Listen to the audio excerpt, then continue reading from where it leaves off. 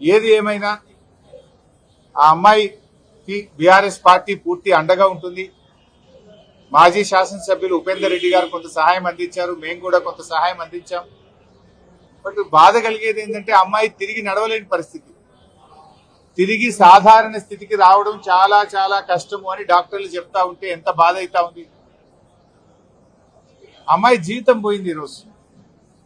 ఇటువంటిది మళ్ళీ పునరావృతం కాకుండా సునీతా లక్ష్మారెడ్డి గారు చెప్పినట్టుగా ఫాస్ట్ ట్రాక్ కోర్టు పెట్టి అటువంటి వ్యక్తులను ఉరిదీయాల్సిన అవసరం ఉంది.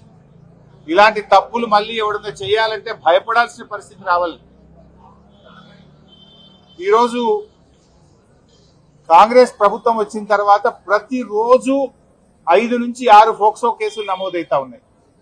రాష్ట్రంలో, తెలంగాణ రాష్ట్రంలో రోజుకు 5-6 చోట్ల మైనర్ అమ్మాయిల మీద, చిన్న పిల్లల మీద అత్యాచారాలు జరుగుతూ ఉన్నాయి.